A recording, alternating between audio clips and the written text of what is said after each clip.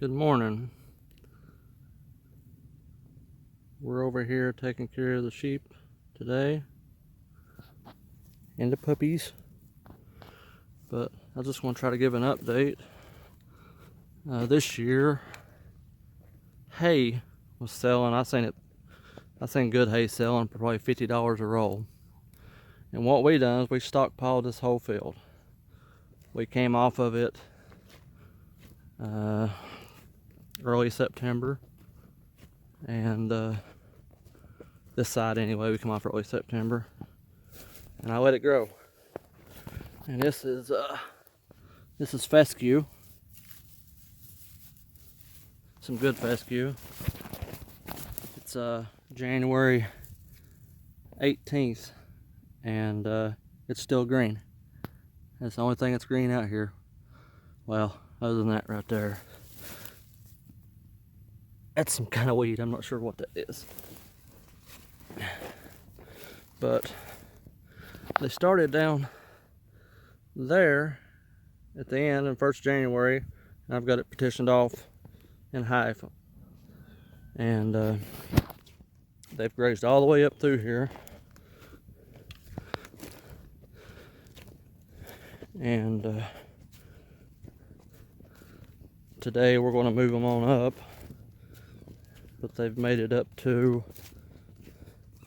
right here. This is where they've been.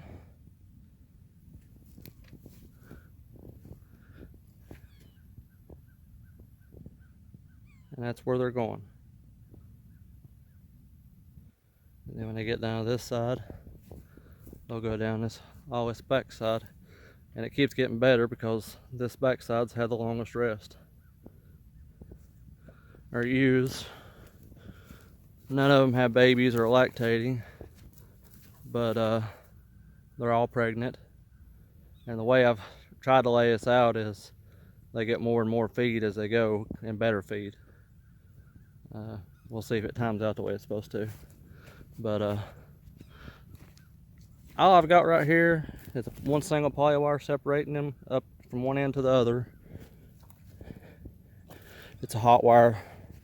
My sheep are trained to it. They don't mess with it. But and the dogs are trained to it as well. They don't mess with it either. And what I'm gonna do is I'm gonna take my polywire and I'm gonna lay it out right here across this top and make them another paddock for maybe about a 24-hour paddock.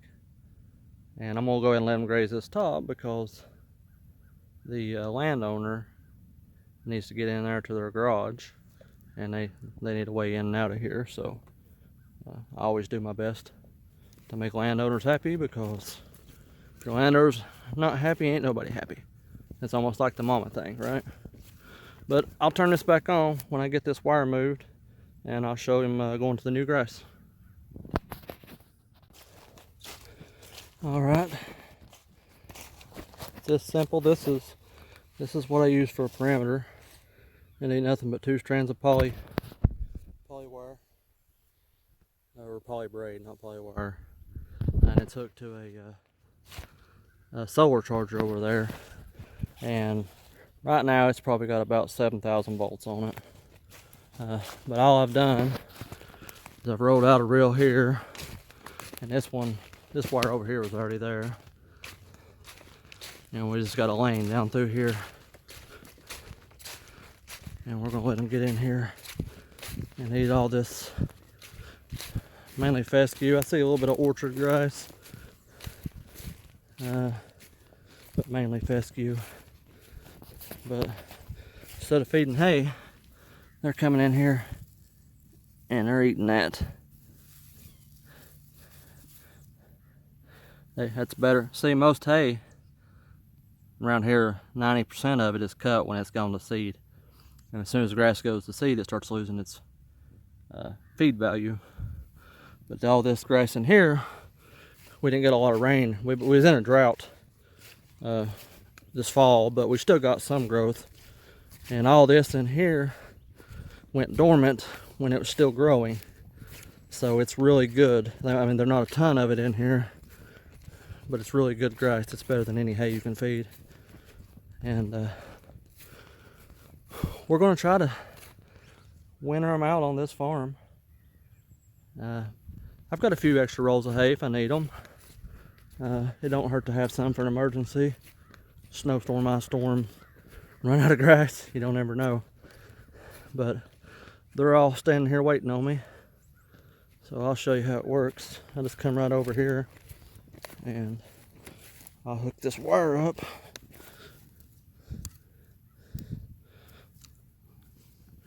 And they're a reel right here. Okay. Hold on a second, I'm gonna set my phone down until I get this off.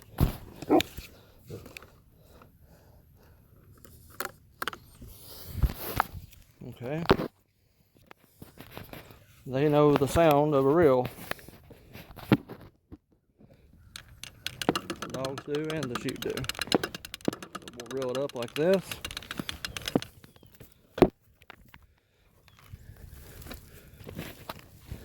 There they go.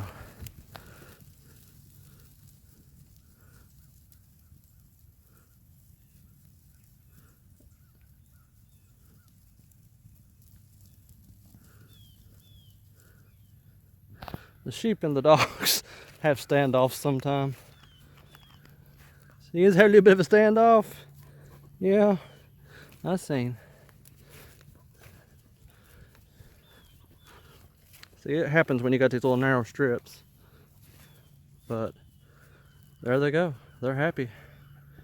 It's that easy. Now, it wasn't always this easy. These dogs, I got them from puppies and I had to train them. They had to learn. Biggest thing, they had to learn the fences because you can't have dogs running loose. And then the second thing that took them the longest was they had to learn that the sheep wasn't toys. And they would chase the sheep around trying to just be puppies. And for the most part, they grew out of it. I mean, I taught them. And at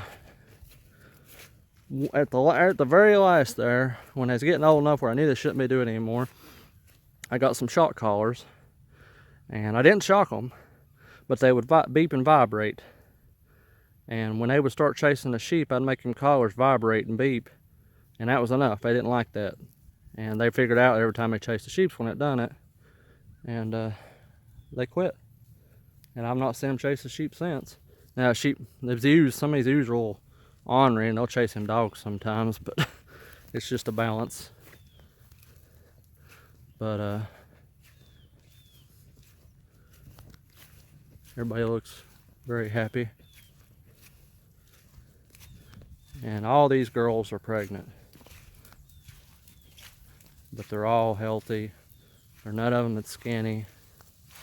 I've got some this year's lambs in there. Some of these smaller ones you see are this year's lambs. But these girls, when they get closer, they're not due to lamb until mid-April.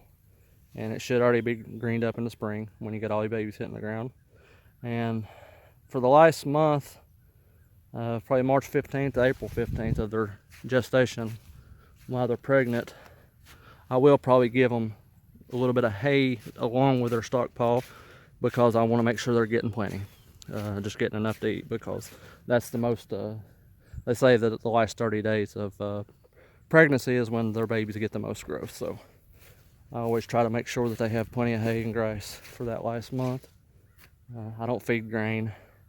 I'll tell you, if you're going to raise sheep, you're not going to make any money feeding grain. Just not going to do it. This farm here was growing over. The owner had paid someone to bush hog it a few times, which, is expensive. And I was thinking about cutting it with hay, just, for hay, giving the hay away basically for someone to keep it cut down. And that's fine, I understand that. When you give hay away though, basically you're mining the nutrients from the soil. And eventually all this will, if it was cut for hay, it'd just be broom sage and cedar trees. And now you cut the hay off of it for 5, 6, 7 years, it don't produce any hay anymore. and the person that was cutting it won't cut it no more because they're not getting anything out of it. So you end up with thorn trees and broom sage and cedars, and it grows over it anyway. The landowner, you know, anybody that does that owns land. I own land, and if I didn't raise sheep, I wouldn't know any better. And if I had no livestock, I probably would end up giving the hay off mine just so it didn't grow over. So I get it. But this is much better. These sheep are actually adding to the soil. The wildlife here, it's amazing. Butterflies, rabbits, you know, groundhogs, deer. It's very healthy soil, and it's just getting healthier. And each year the sheep, you know, it's grazed properly, and they just add to it. And I see somebody with their head stuck in the wire because I didn't get the fence turned on. But all right, I'm gonna quit jabbering for today.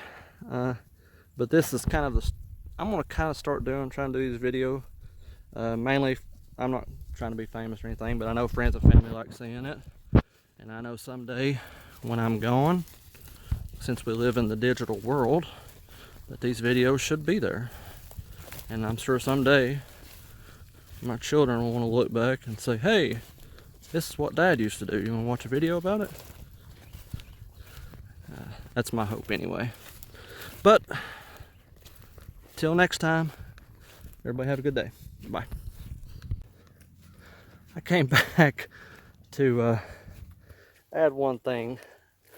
I just didn't want, I got to thinking about somebody going and getting 20 sheep and unrolling poly wire and thinking it's going to keep them in. It's not. The sheep will not stay in. The reason these do is you got to start them. These sheep are born in hard fencing. My farm has got probably 3 acres of well wire or field fence, and they're born into that. And as they get older and they become, you know, little lambs, I start sectioning the inside the well wire with these poly wire reels. And at the farm, at the house, or at the farm, my farm, it's got a Cyclops charger on it. I forgot what size, but it is massive. It's too big for it, and it consistently runs 10,000 volts.